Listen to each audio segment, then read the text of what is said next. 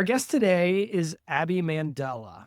Abby joined Wellspring in 2010, and as the executive director, she manages the strategic objectives of the ministry through working closely with the founder, Larry Bolden, and also the board to develop as well as implement Wellspring's vision for creating a wholehearted community. My co-host for this episode is Mandi Wellington, a longtime staff member of the Wellspring Group. Mandi and Abby, welcome to the Wholehearted Way podcast. Thank you, Nathan. Excited to be here. Thank you. This is very exciting to be invited to participate with you. Well, it's good to have you here. And I guess my first question, Abby, is you've worked at Wellspring for 15 plus years, and you've told me along the way that you'd bet 95% of the people in your life have actually no idea what you really do. And this book, Becoming Wholehearted, that's released soon, is supposed to change that. So let's start there. What has been so hard to explain to the people in your life? Oh my goodness. It's funny that you even asked that because the 5% that do know probably live with me or are related to me. And even they only know halfway what I do. My kids still ask me, what is it that you do? They asked me yesterday if I was an evangelist. So clearly I'm not laying this out well. Oh, yes. Among other things, I am an evangelist. Yes. It's wild. It is wild. We've known as an organization that everyone's experience as they engage with us in a pathway for wholehearted living, they have their own unique experiences. So it's hard to describe clearly what it is we do. Yes, we are a discipleship ministry. We specialize in spiritual formation. We offer events and a pathway for connecting to your heart, God's heart, and the hearts of others. And we do this all in community. But when you say it that way, it doesn't always translate into how is this a full-time job? What does that mean to be the executive director? So there are two parts. There's one of what we offer, which is the wholehearted pathway, and the vision to wholehearted community. This book takes that journey and lays it out in a way that is understandable. It identifies for people not just what we were created for biblically, connects to the vision that Wellspring has of equipping men and women to connect to their heart, God's heart, and the hearts of others. But it begins to show you what caused this disconnect between what we were created for and how we live in a day-to-day life. So I feel like it takes some pretty broad, big concepts that we teach in our pathway, and it brings it into a book that I can hand out and I can say, this is what we do. Go ahead, Mandi.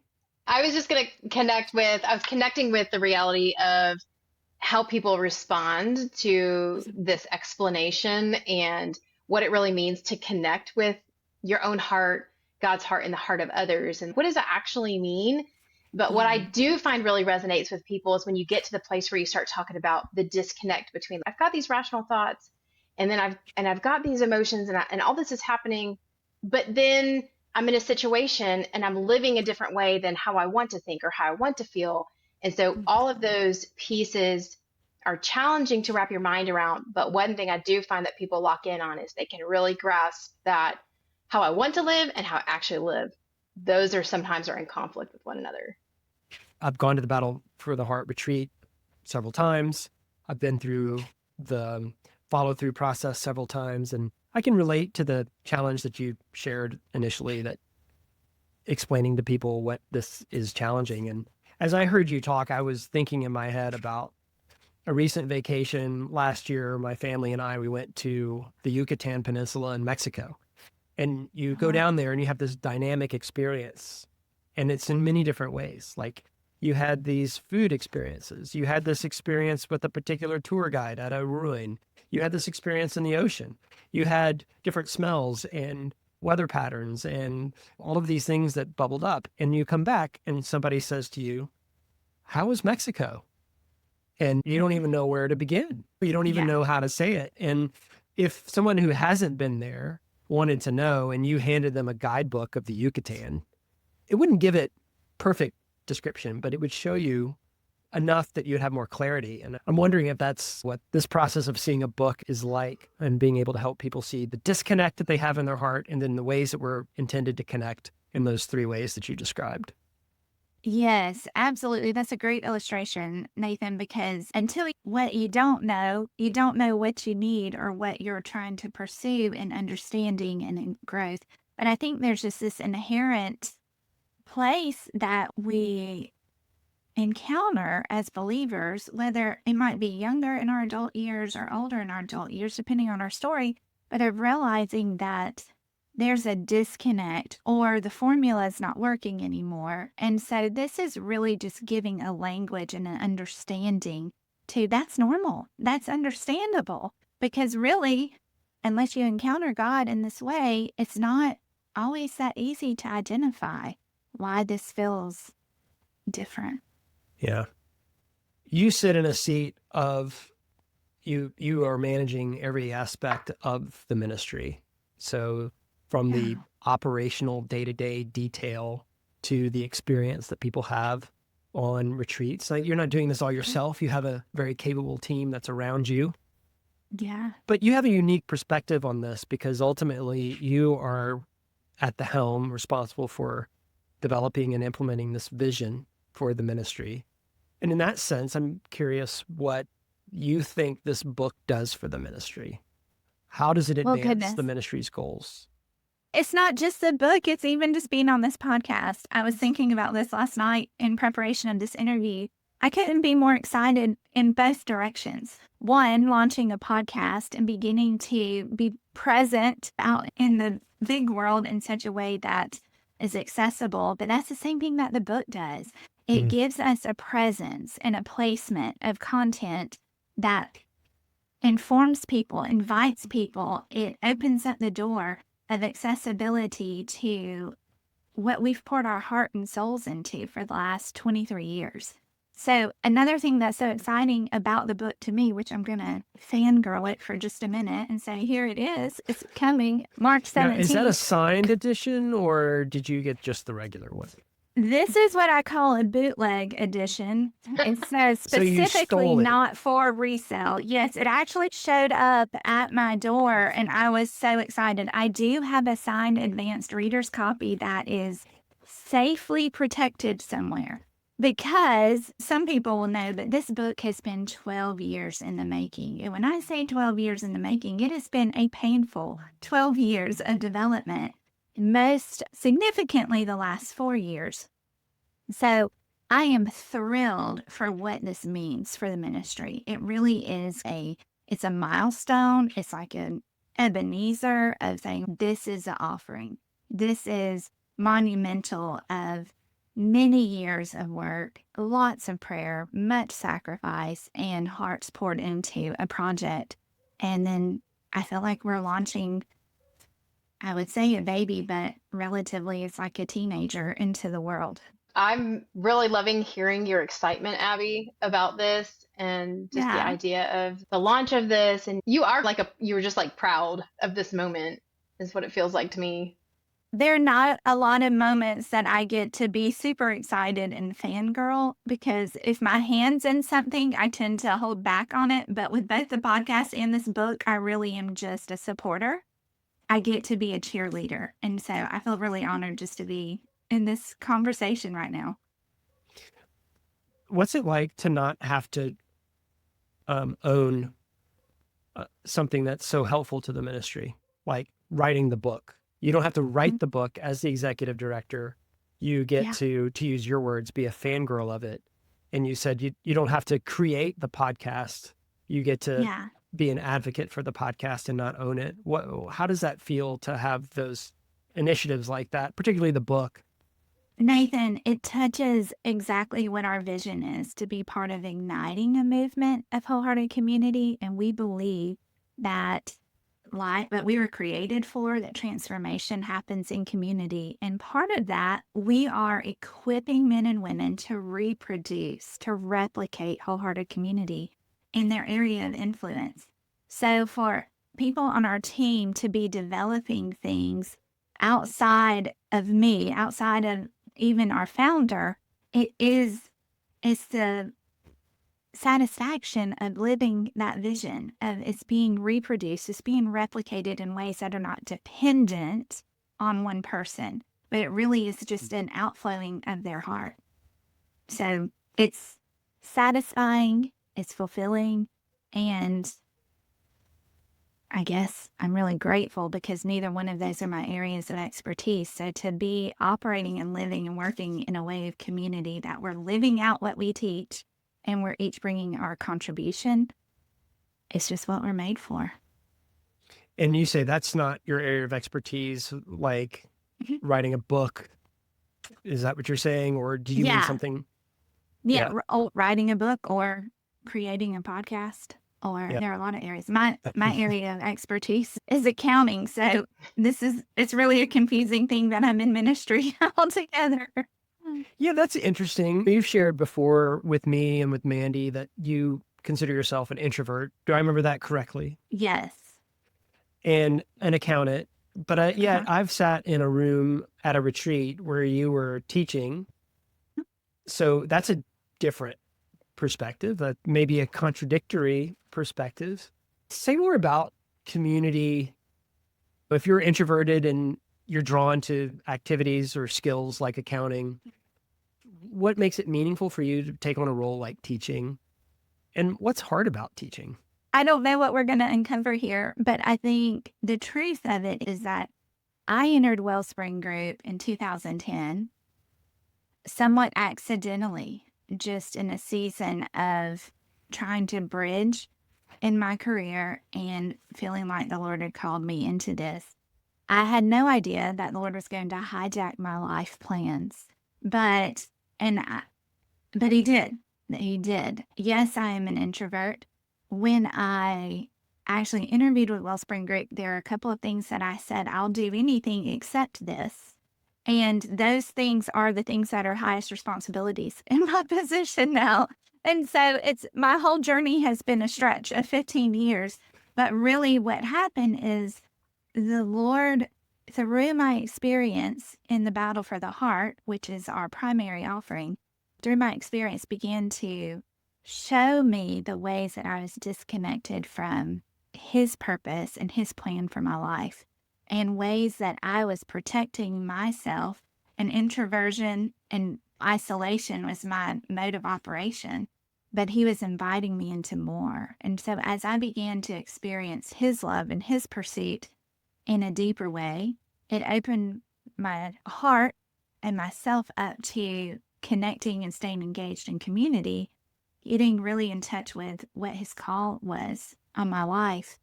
And it has gradually, but in major ways, moved me into obedience and into surrender of things that he's calling me into, not just the things that feel safe, secure, and guarded or protected, which I would say accounting, isolation, and introversion felt all of those things. So to your question about teaching puts me in a position that feels more exposed. Also, I'm usually in a room that has 50 to 100 people. And then in teaching, I'm sharing story of my own life, which is often pretty vulnerable, pretty risky. So I would say who I am 15 years into this journey was drastically different than who I was when I began in 2010. If you're drawn towards accounting because that's more comfortable, what is it that draws you out of accounting into something uncomfortable? A vision, really. A vision of what God is doing through Wellspring. A vision of what people I love can be when I play my part in their life. And a vision of the hearts and lives of men and women that we engage with. And it's like another way that I get to be a cheerleader. I get to say, there's so much more. There's so much more. Let us share with you. Let us be a part. Let us let us walk with you. It's so interesting that you say that, Abby, because I was over here thinking about my experiences through our retreat process, the battle process that you Mhm. mentioned, and your presence at the retreats that I've been to.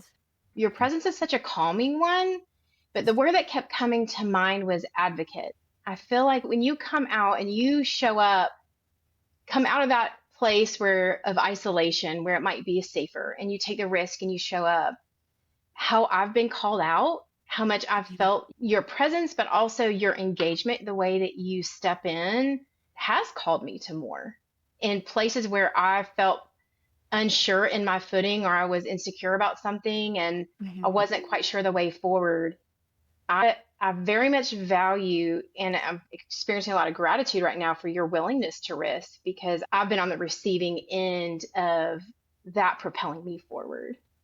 Wow. Thanks for sharing that, Mandy. I think one of the things I say in all of our events is I've been right where you are. And that's because I came to work with Wellspring. I never encountered the battle for the heart. I'd never gone to it. So I had my first of everything. I had my second of everything. I've been on this journey. I just might be a step ahead. And years ago, I used to lead worship prior to just even career. And in that, I always felt like it was such an honor and a gift to lead people into an encounter with the Lord. But I always felt there was the privilege and responsibility of I couldn't ask anyone to go where I wasn't willing to go. And that's what I feel like when I'm at events, when I'm teaching, when I'm writing, when I'm communicating. I'm not asking you to go anywhere that I haven't been willing to go myself. And I know it's scary. I know it's hard. I know that the path that we're inviting you into requires a lot of work.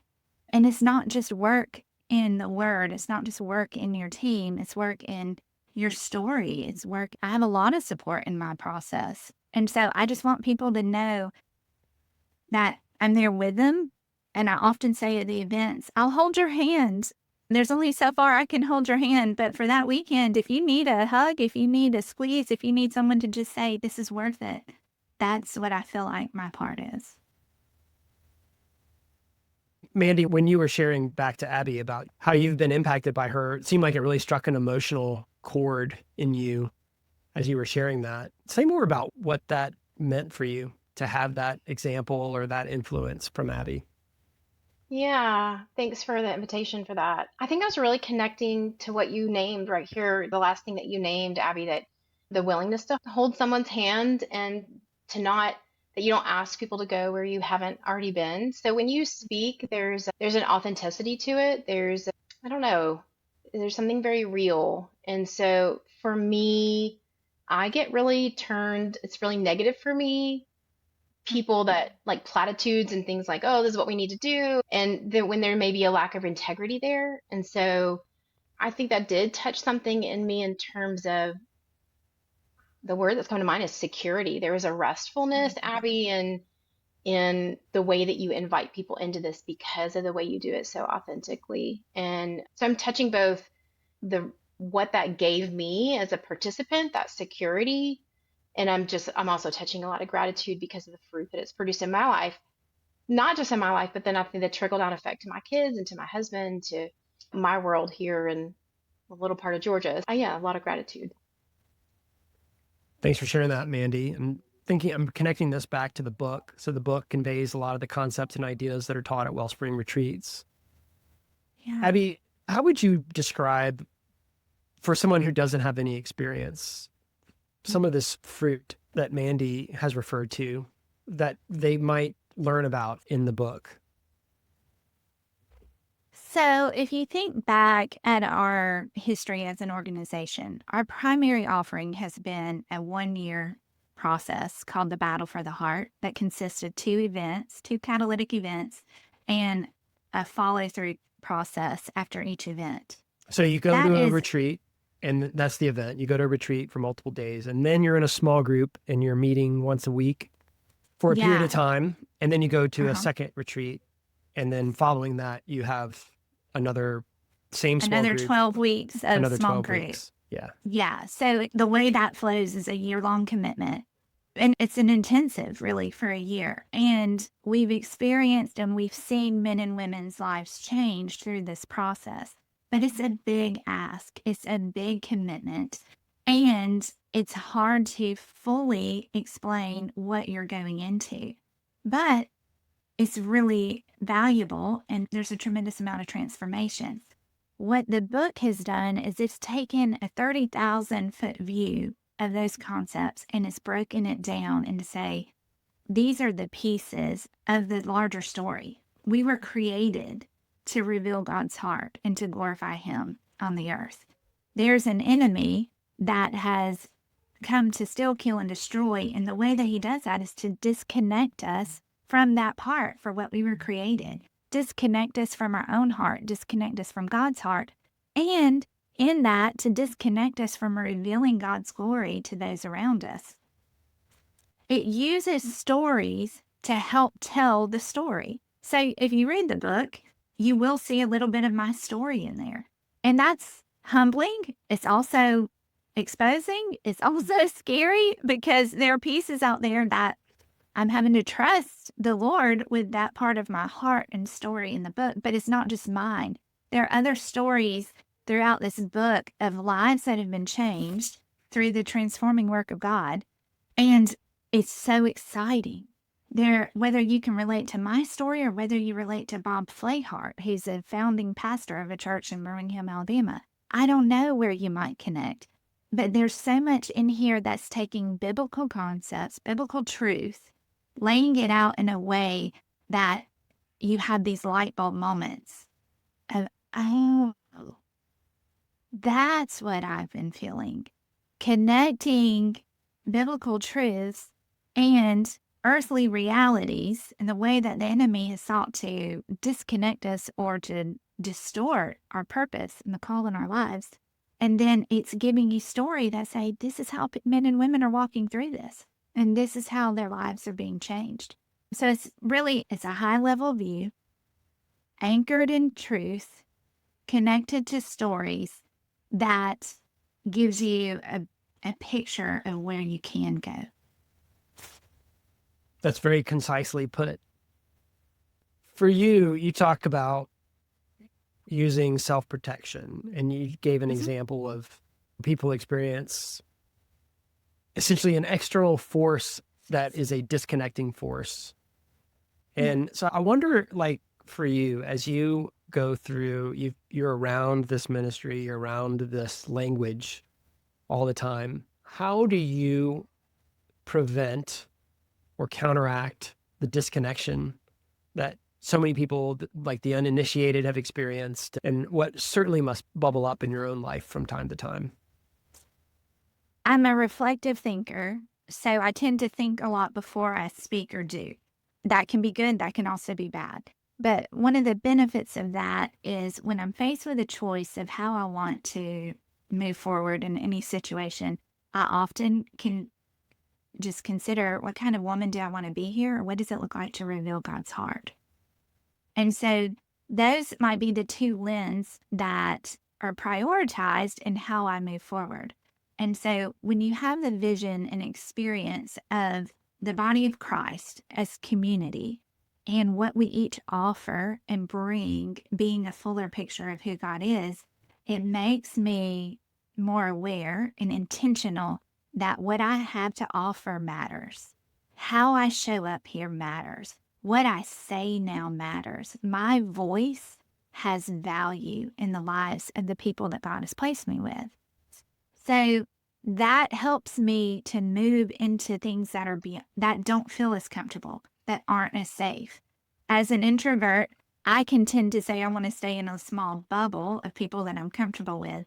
But when I consider that the purpose for which I was created was to reveal God's glory to others, if I'm just isolating or staying in a small circle instead of being open to whatever God may want to do that day with someone in the checkout line, then I'm limiting their experience of God. Not because I control God's glory, but just because there may be something He wants to convey.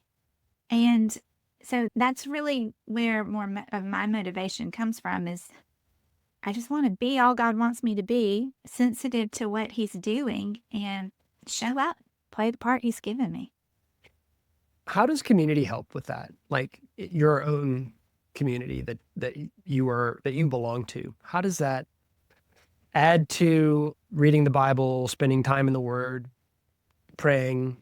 Does it take you closer to being able to show up how God wants you to show up? Or is it that you are already able to do it and it's just a nice comfort to have? Like, what is the role of community there? I don't think I would be the woman I am today without community. The community, I have multiple layers of it. You could start with my family. Then I would say the next closest community actually is in my Wellspring community with staff and board and alumni. But what the role it plays is that they encourage me. They give me courage. They give me support. They speak into my life. They challenge distortions. They call out things that are good. They affirm my voice and what I bring. And they help me to see what I can't see in myself. And so I think it's all a part of when everybody's doing what God's called them to do, then it multiplies. It draws courage out of others. It speaks truth, challenges distortions. Truthfully, the community that I live and work with, they probably call out things that are challenging as much as calling out things that are positive. And that's really just an invitation into growth. And is that challenge, is that what makes it attractive to you to maybe hold some of those things back? I mean, you've referenced that you're comfortable being alone, not being on stage, not putting things out there. Is it the risk of the challenge is from community or? No, I hate challenges. I wouldn't say it's the risk of the challenge. It's the hope of the impact. Yeah. So impact is larger than discomfort. Your preference to not stay away from the challenges. Mm-hmm. Abby, that brings up a question for me. What was a catalyst for seeing the impact as bigger, as stronger than the negative or the challenge or the risk?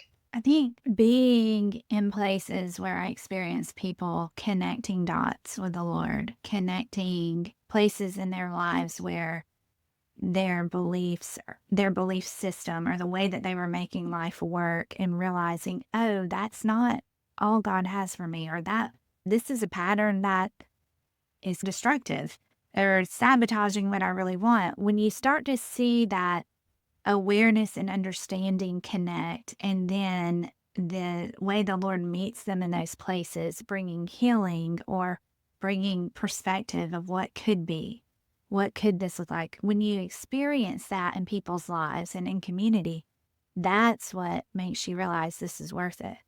That's what you feel. There's just this satisfaction of, oh my gosh, there's so much more that God has for us. And together, we can get there. I hope.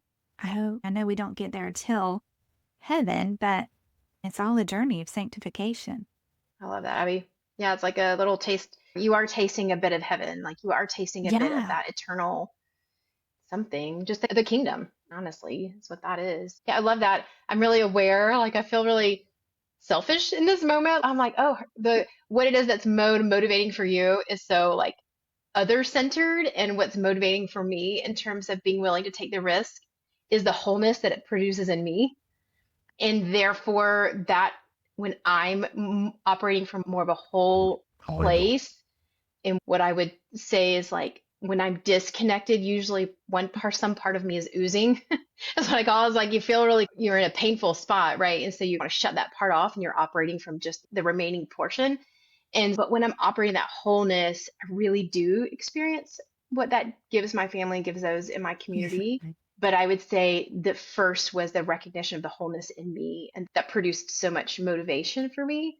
So I'm listening to you be other centered and like what's motivating for you. And okay, so that's actually an example of community right here in real time because I'm feeling motivated and challenged in a positive way to see outside my own self as a motivator to what that's producing in my community and the fruit that it could bear. So I'm currently in real time being challenged by you, Abby, by just how you're different and you're being honest in your story. And I find myself like Wow. curious about something new.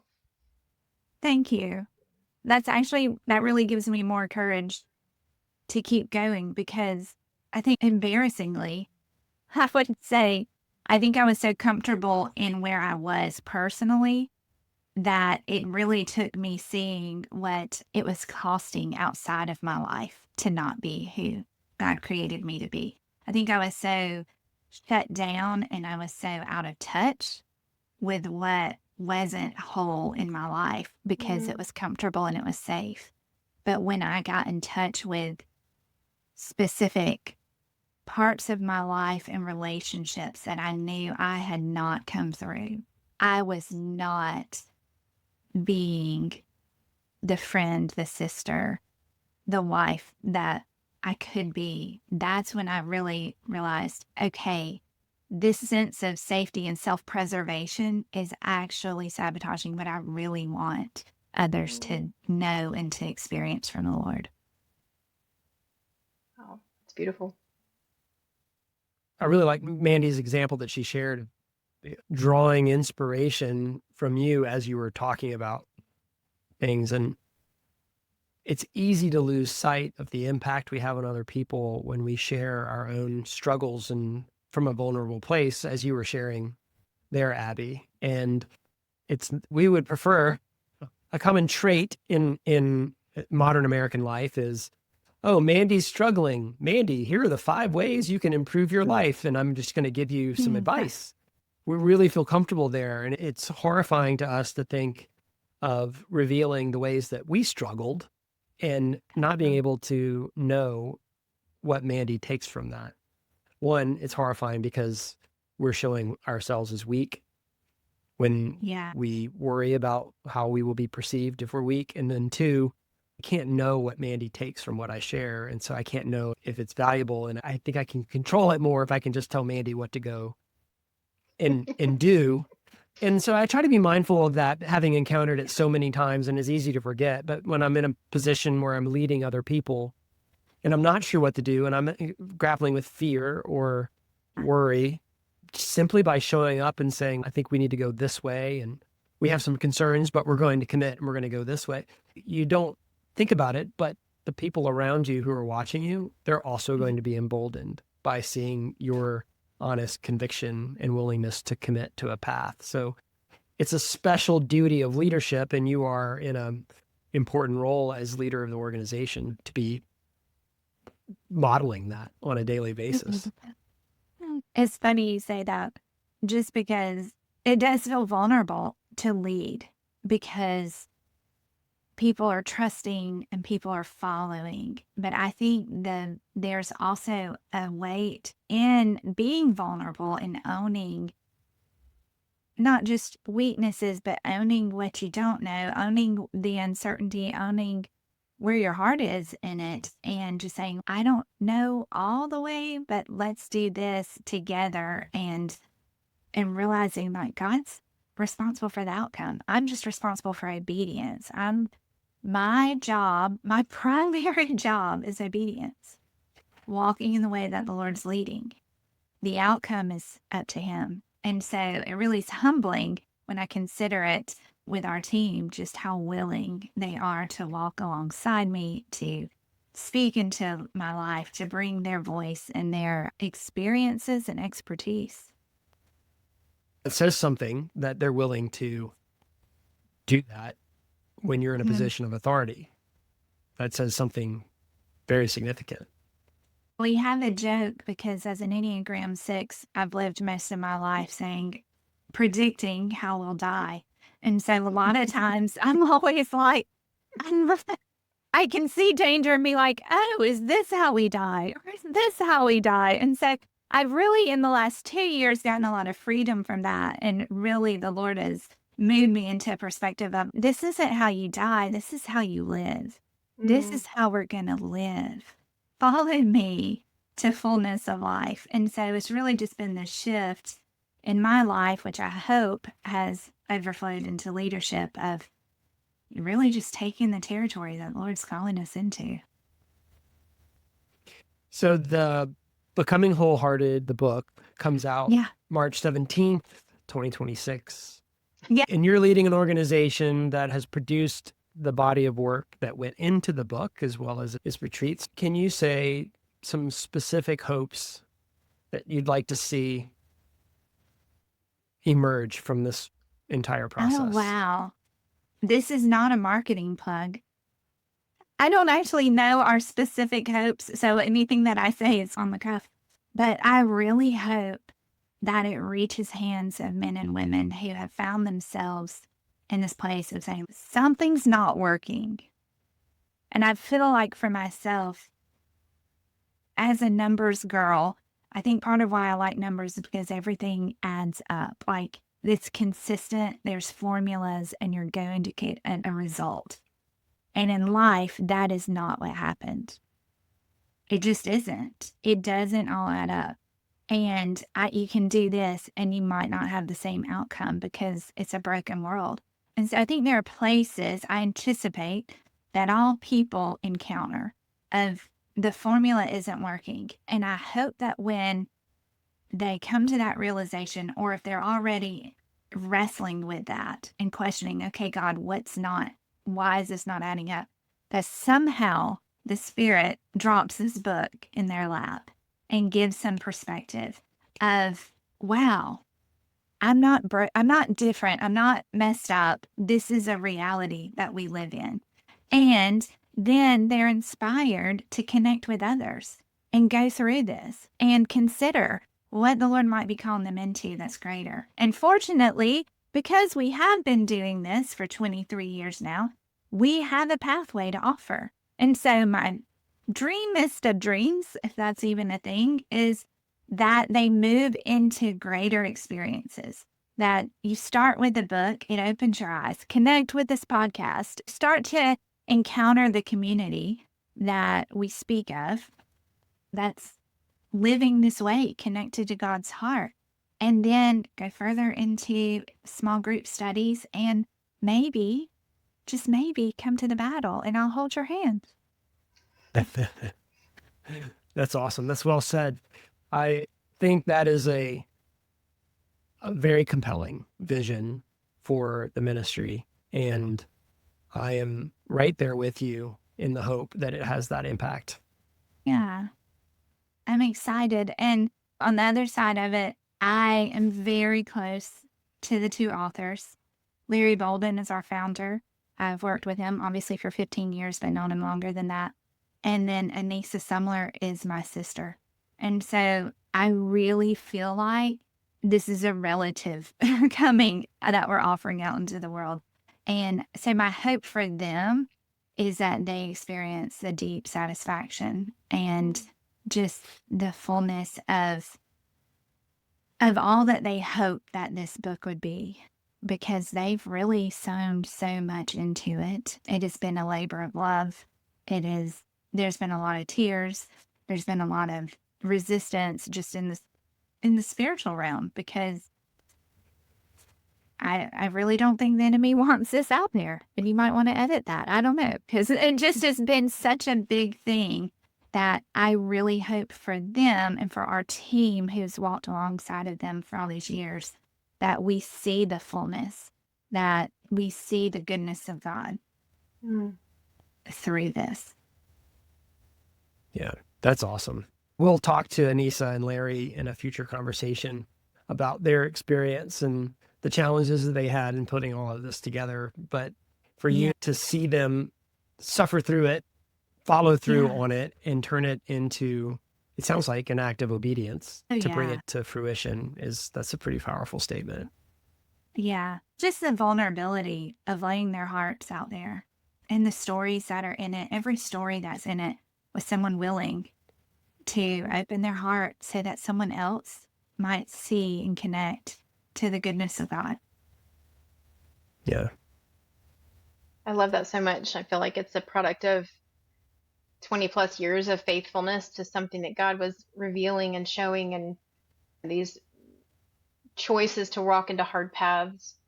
And it's a fruit of that labor. It's a really sweet thing. Yeah.